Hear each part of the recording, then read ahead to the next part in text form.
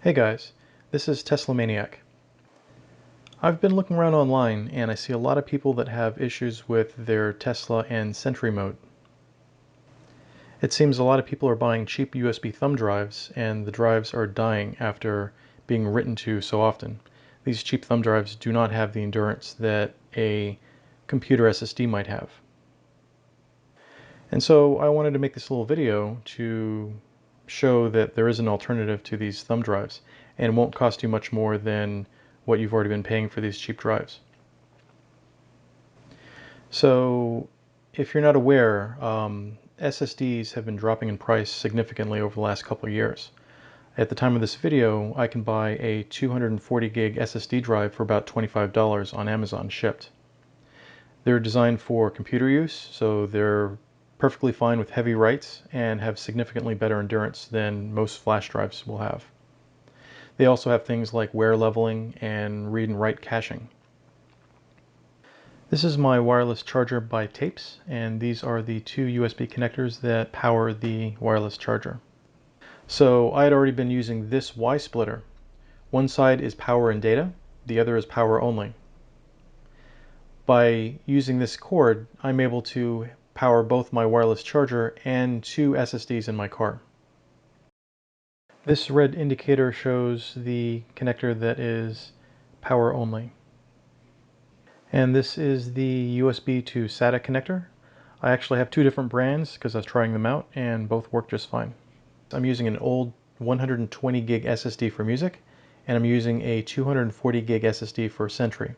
I also 3D printed some mounts to secure the two SSDs together so they don't bounce around the car. So now it's time to plug everything in. This is the Y connector that is going to plug the car to the charger and to the SATA to USB connectors. And I have two chargers and two SSDs, so I'm going to plug in a second Y connector.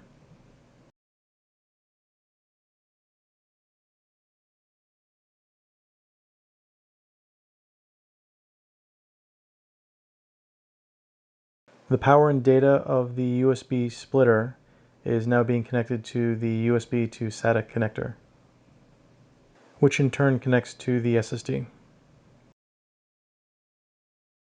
Personally, I've found that I really don't need a drive that's massive in size. The 240 that I've been using can last me a month or two before I have to bother even looking at it or checking. It'll probably go even further if there's nothing urgent that that it's picked up and recorded. So I don't really see a reason for a terabyte or larger unless you really have a lot of stuff you want to record. I wanted to mention that while Windows has a limit on how large it will format a drive with FAT32, by using a third-party disk formatter, you're able to format drives much larger. So you can go 4 terabyte or larger. So you're not limited to using only a 256 or a 240 gig SSD. And so there you have it. I've got two SSDs, one with music and one for Sentry, and this gives me a lot of disk space and it works great. I've been using this setup for the last 2 months with no issues. If you like this video, please subscribe to my channel. I plan to make more Tesla videos in the near future.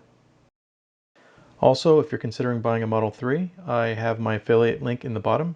It'll give you some free supercharging miles. Thanks.